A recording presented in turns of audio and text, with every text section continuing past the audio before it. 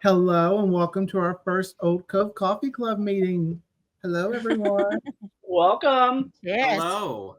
Today's episode is brought to you by French Roast. It's consider a double roast coffee, and I thought it fit perfectly with double personalities, twins, you know. Twins and evil twins. hmm And I am joined by a few of my fellow cast members and crew. I'll let everyone introduce yourselves. I'm sure you know these people. Kelsey, let's start with you. I'm brand new. I'm the assistant producer. I've been cutting together some scenes and just having a really fun time getting to know everybody. And she's a friggin' rock star. Thank you. We love Kelsey. Matthew. Hello, I'm Matthew. I play Sawyer Abernathy, the lovable best member of the Abernathy clan, if I do say so myself. And I am also a writer for the show. And Sawyer's World, he is the best Abernathy. He's the only Abernathy. Yeah, that's fair. Is he though? Is he though? No, he thinks Like, so. don't tell it all. Yeah. I'm Chantal. I play Jenny. That's it. That's all I got. Rick. I'm Louis Abernathy, and I'm not dead. What? Gregory. He stole your line, Gregory. Ah, I'm Rick Clifton. I play Sutton Abernathy Donovan. So you're not the last Abernathy there. And finally, Greg. hi, my name is Greg, and I play Louis Abernathy. Yes, you do. Well, this season we introduced some new characters. And Rick, your character was one of those. What has been the biggest challenge about taking on the role of Sutton for you? Oh Lord, trying to live up to in the shadow of Gregory. I mean, the performance that he has put forth from day one as Louis Abernathy, and me trying to become Louis throughout this season. That's probably the biggest challenge. That and showing up for recordings because it's early out here on the West Coast. I know that's the worst part. You are on the West Coast and Greg is on the East Coast. So no matter what I do, the only people happy are me, Matthew, and Kelsey and Chantel because we in the same. And then the conversation starts with 10:30, and they're like, "My time or your time? Which time?" I'm fortunate enough, since I talk to all of you all the time, I'm just like, I see Rick, I see his time. I see Greg, I'm like, oh, it's 4. If I'm able to finally. It also helps when you put the clocks in your calendar or in your phone. Yeah, I'm glad you do because I have to ask Google every time. Like I normally tell everyone, I'm like, oh, if I tell you a time, I'm talking about your time. Because Rick will be like, Pacific? I'm like, yeah. That's very thoughtful. Because I would have just been like, nope, Central Time. Y'all just meet me where I'm at. I can't do math. It's the that's best good thing time. Google Calendars too, is they automatically update it for you. Yes. I do. I See love. him pushing. I love that. I love that you've done that. Rick may have yelled a little bit at me a few times. No, Get it's the very helpful. calendars. I just hear you. Get the GD calendars going. I'm saying that word. Okay, well, let's ask Matthew. You've taken on extra responsibility this season. You joined our writer's room, which was just one other person beforehand. What has that been like working with me? And I'm right here on screen. No, Oh my Nice. god. Every day I just feel so blessed in life that I have the honor to work with you. I mean, truly. No, but honestly, so almost a Blocks, decade ago, blocks, I had, blocking. yeah. Almost a decade ago, I had created my own soap opera just for like fun for myself. And like I had it planned out for years, and I've done like a ton of episode summaries, and I do not like writing dialogue. Like I can summarize, I can tell you what the plot points are, but actual dialogue was never my strong point. And so, with this season, part of me asking like, hey, could I help with writing was to get better at writing dialogue and make it seem more natural and not like weirdly I don't know, stunted dialogue that doesn't make sense. And so it's been really, really fun. I really like bouncing ideas off of you. I think we work together pretty well. You know, we both have visions of what we want, and then we'll be brainstorming, and then like they'll come together, and then we'll be like, oh, what about, you know, this? And we're like, oh my God, like that's perfect. So I think it's been really fun. And then plus it's nice to, you know, have extra help. So, you know, you're not just editing and writing and performing, you know, so it's just been really fun and I'm really enjoying it. And I really like coming up with the plot ideas. Let me tell you, season 3, we're already cranking away. I won't spoil anything, but we are cranking away at those scripts. He'll leave that up to me to spoil. I'm good at keeping secrets because I work in HR. And I'm the Tom Holland of the Avengers. So what's it like? You know, you know Sawyer, but I feel like I know Sawyer too. What's it like when we're trying to bring those two ideas together to collaborate on one character? Because you think you know what you want for Sawyer, and I know how I see Sawyer. So I've always wanted to know, what do you think? I think more than most characters, I think our vision for Sawyer is very aligned. I think we differ more on like some of the other characters. For instance, I have a harder time writing for Sutton and Richard, just coming up with stories, and so it helps working off of you more with like those characters. But I feel like with Sawyer, we really have like a clear, distinct vision of that, you know, like he's the youngest, you know, he's kind of like the black sheep, but like not in like a stereotypical sense. He's just kind of like nobody really cares about him that much. And he just always feels like he kind of has that little chip on his shoulder and he's had to prove himself. And so like this season with opening, you know, taking over the Perfect Brew and, you know, redecorating, redesigning, reopening, he's really been able to grow and show his family that he's more than just the youngest, the one that doesn't fit in, the one that is just kind of there. And I think we really relate on that. And plus you set the groundwork great in season 1 with your writing, just to kind of establish who Sawyer was, his relationship with Drake, how he fits in. And so I've really been able to work off of that. I was afraid I was making it hard because... Well, I can tell you what you can do with Sutton and Richard. We need an origin story. Working on, I already started creating a graphic because I work best once I have a graphic. Spreading little family trees. And we have talked about that already. We talked about that before Rick and James even mentioned it. We were like, I want to know how these two met. I want to know how Diana came about. Well, James and I sometimes work together, you know, to sort of run through stuff and things before we come on to record. And we talked about it too. We're like, we have to build our backstory. We need to know what our origin story is. How did we meet? And how did we come up with this plan? And how did I pull you into it? Or was it your idea? So it's all these fun little conversations. That's something I love about that would be so. Sorry. Oh no, this is something I love about these characters. If they want more attention, they take over your mind. Mm-hmm. They sit there and they're like, I'm not going to, I'm just going to pick at you until you decide to give me a bigger story. I was gonna say there's something in like family counseling called family genograms, and it's like basically like doing a family tree, but there's also a bunch of symbols where you show the dynamics of relationships in between people and how they relate within each other. That'd be really neat to do with like the whole family scale and have all these little mapped out spider web connections. That would be so much fun. Rick had me do that last season, I think, for him once. He's like, I need a family tree. I think I did a suspect tree is what it was for the first season. Yes. After the first episode, I was like, I remember I was at the gym and I was like, Jesus. And I just left and I went home and I started I was like, I have to keep track of this.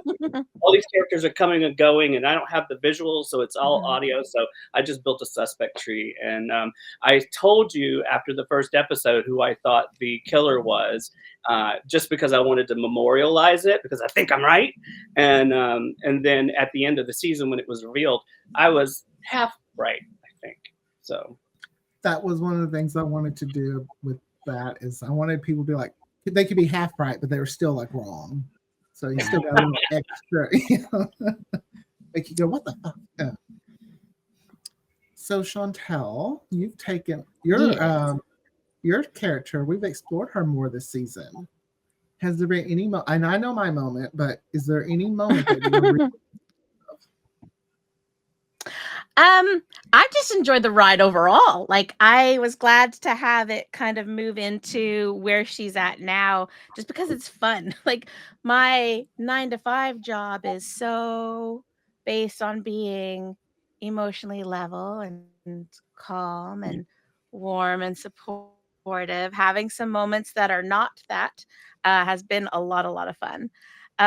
There's my favorite, I think, is in the last episode that we just recorded with Lily. That was massively fun to do the recording for. I got to play Lily. I got to play Lily opposite you, and I was like, "Oh my god, this is so much fun! I want to argue with Chantel more." Right. So here's the thing. I do really enjoy, like, in the earlier episodes when she's interacting with Kellen, because there is something so inherently warm and sweet and charming and endearing about Andy, that in those moments, Mom takes over, and that interaction does really feel kind of motherly with him. So there's been some scenes with him that I really enjoyed recording as well. Yeah, you've made some of us almost cry a few times. Uh, I think you cried myself a few cry a times. couple times. I remember I'm like, can we? I don't think we can continue, and I don't want to record after her. Like, you bring this really emotional, raw, and it's probably because you are a mother, so you can probably put yourself in those positions and just really relate. There's some moments with him where it's just kind of like at the heartstrings a little bit as a mom. Which is why it pisses me off that my other 2 boys just want nothing to do with me, apparently.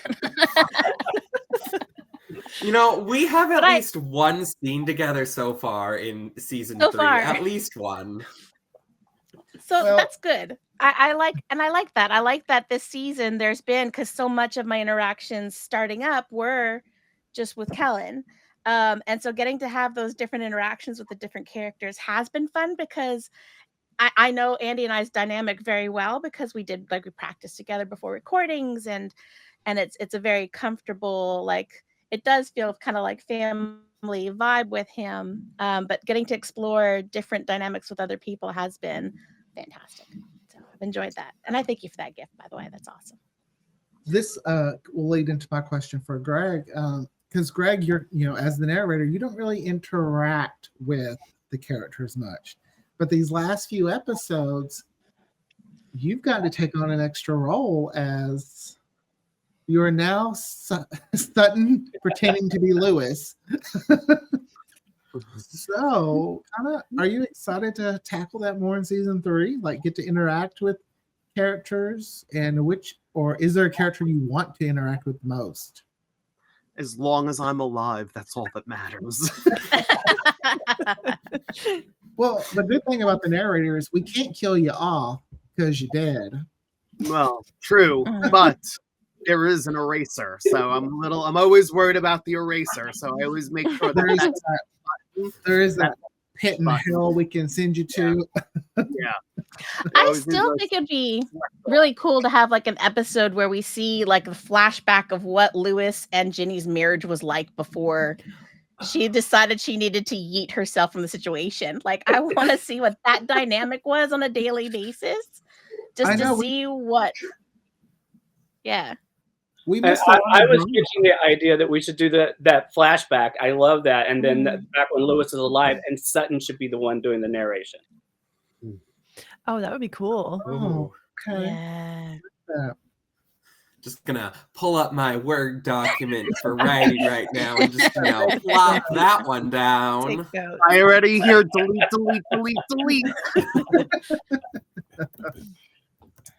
Well, and okay, Kelsey, you joined as a producer, and as you can tell, we're all very crazy.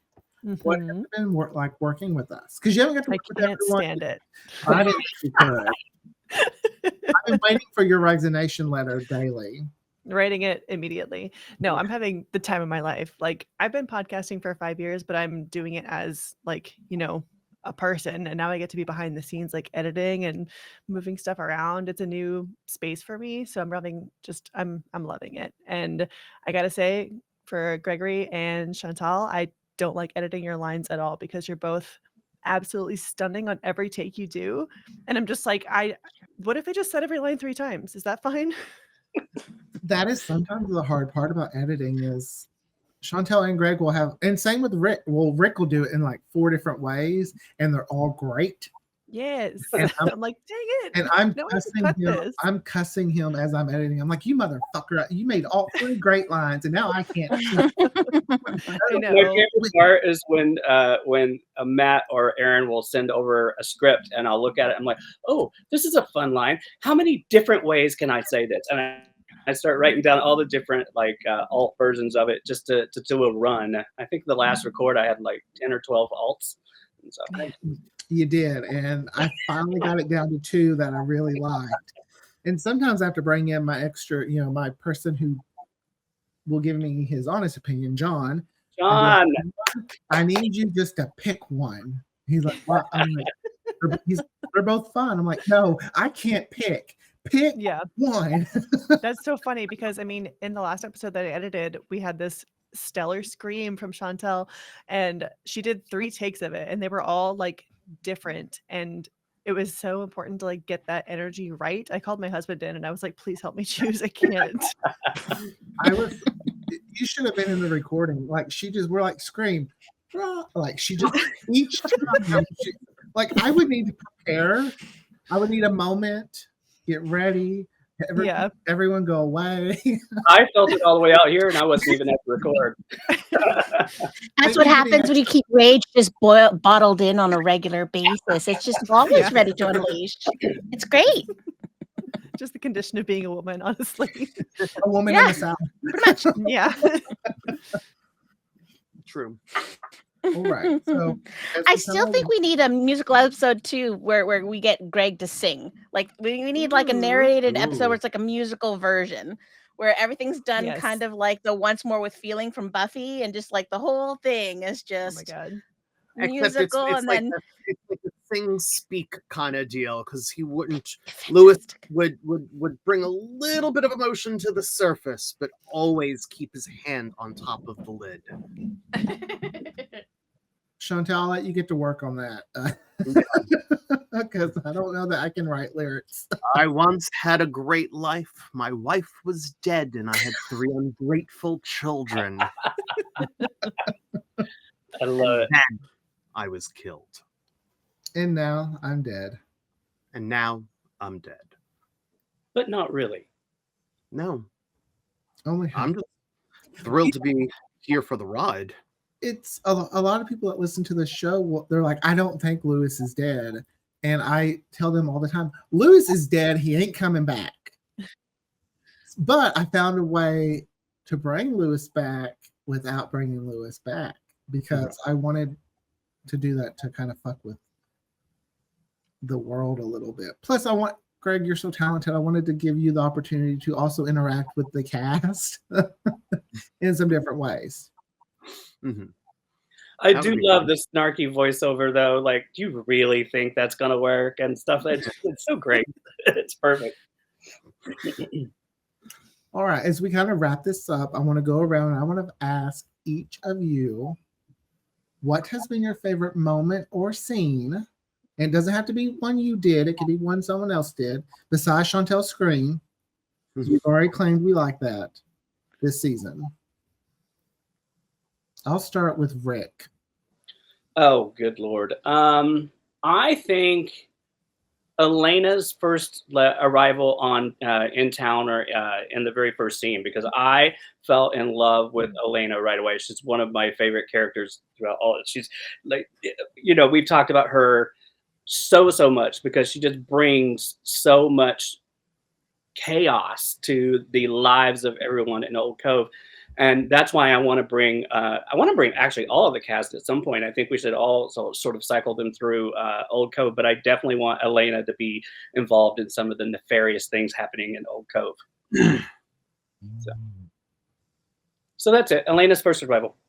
And I will spoiler that I was me letting my moment of the thing I wanted to let out. I just closed it off though, so it wouldn't come Oh, out. so you didn't spoil something. I love it. Yeah. You- I beeped myself. Oh, so you should say it and then beep it. Yeah. Right, Greg. I like the writing, everything, just the way it's all being strung together, and I just love on how it's slowly developing and the crescendo, and it's just it's getting bigger and bigger.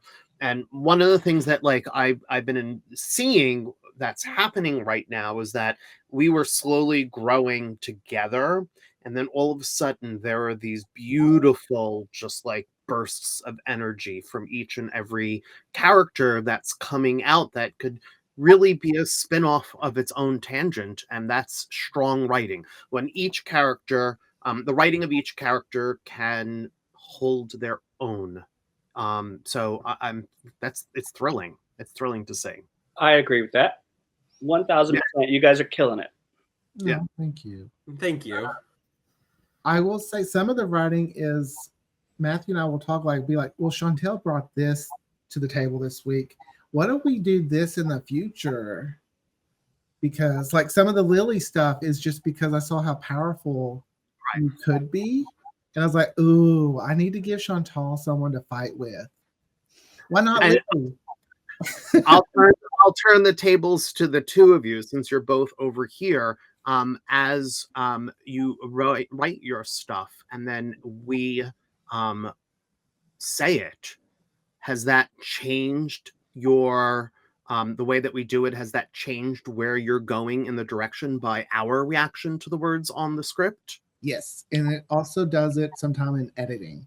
I have changed entire scenes to feel differently based on how an actor has performed that line. Mm-hmm. Absolutely. I think, we kind of know what people's strengths are, so we can add in little things or like things that you have added in the recording process because you guys know these characters inside and out. So if you tweak something here, maybe we're going to throw that in down the road, and we've changed storylines and different things. So it's a partnership, really. How about you, Chantel? Just Sophie's choice of a question, because like when I'm reading the scripts, I intentionally don't read any scene that I'm not in, so that when I listen to the episodes, I'm still shocked by what's happening outside of my own storyline. And that is always like a circus ride for me. Then when I do get to listen to the episodes, because something will happen, I'm like, oh. So I love everything that I hear outside of my character's arc because I don't know what's happening until I listen to it. And then I find myself like someone will provide a moment, or like voices sometimes are just like warm tea with honey to listen to in the podcast. And I'm like, ooh, I just can't wait to have like a moment with them maybe in the future where I can interact with that energy, which is why I keep pushing the idea of a flashback with Gregory, because I do think that energy would be so much fun to friggin' record. Any moment that has Harley's voice in it, because I absolutely love to listen to Beth talk. She has a perfect voice for this kind of situation. And same little things. Diana, she had a moment in the last episode that I listened to. I think it was like 14 or something.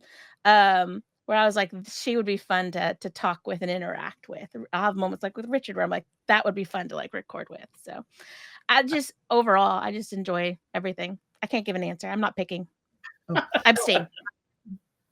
I think that's something that I've enjoyed most of this season is I kind of let you tell you all. I'll tell Mia, I'm like, do it how you think Diana would say it. It doesn't have to be as it's written. Like, how does it feel? And she'll change some things. I'm just like, yes, girl. And I think that's helped working with Rick and James, who can literally we rip off of one another. You can't follow along on the script. When I edit their scenes, I don't even look at the script. I just edit what they're saying and do that. That's why I like all of you can bring something. To work with, though. He is just he's just amazing, and so is Mia. Yeah, Mhm. All right. Well, Kelsey, let's ask. You're new, so you've only worked Yes. on, I think, 4 episodes. I'm not sure. Of those 4, we'll go with that. What has been your favorite moment? There was a behind the scenes moment where I know what you're going to say. I don't know if you do. So like you're talking about somebody cocking the hammer on Yep, a gun. I knew that's what you were going to say. And then Aaron's like, how do guns work? And Greg talks about like Greg has to explain, like, I know how guns work. I have self-defense. So I just think it's ironic that I was like, the Yankees teaching a Southerner how to use a yes. gun. Like I know I live in the South, but like I don't know what a hammer is. We might not agree to carry, but we know how to defend ourselves. Yes. Well, when you circled hammer in the script, it's like, oh, why did we put hammer with a gun? So I thought you were circling that it was wrong. Like, so I thought you were circling what was wrong, and it's not. You were just No. Like when my process is that, like, when the script comes out, I start with the first and I just go to me. And I go and I quickly read what my lines are, and I pay attention to a few of the the Yankee tongue twisters that that are a little, some of them are a little rough, and over the past few episodes that I've read, and I really would sometimes like prepare my muscles to read something, because it really truly is a different kind of muscle movement. And then I get to that one paragraph and I'm like, ooh, nice paragraph. I was like, I'm ready. And it was Harley Harlan Hammer. I was like, there are like 67 H's in this, and I was like, fuck all of them. I'm gonna get it in one take. I was laughing so hard editing that because you did just like blast through it and kept being interrupted. You're like, let me do this. I was like, you put that in our little group chat, and I was like, Matthew, will you fix this? I thought, I was like, hammer. I don't know what.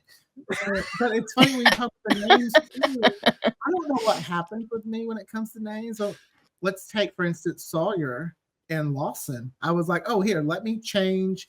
Let me give something different. Another L, and it's very similar. I was just like, mother, I can't name characters anymore. I'm not allowed to. And like, as I'm reading it, and I'm just like, Harley Harlan, and then when I got to the hammer, and I was like, that's the hammer here. Draw the line. Cock it back. It implies the hammer. What's funny is after you said that, I was like, John, is that how it works? He's like, yeah. I'm like, oh, doesn't know how it works. Hilarious. And I come from a state where we love our guns. I was about to say, we need to have ourselves like a good old country out, and I'll come get you guys in the truck. We'll go to a shooting range. We'll show you.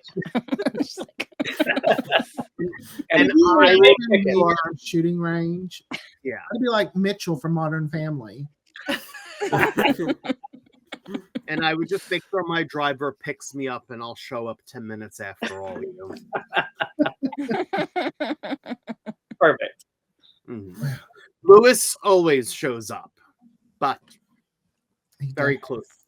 He does. Well, I will just say, all the characters on it, you'll have some fun stuff coming. I'm not going to spoil it, but you have some really fun stuff coming up in the first few episodes. And writing it now, I just get so excited to record because I want to hear all of you say it. Like, that's my favorite part, I think, about all of this, is I love you bringing these characters to life. Well, or death. Some of our extra characters, like Kelsey played Alistair, the lawyer. I was like, I want to bring her back because I just like Kelsey's little take on the lawyer.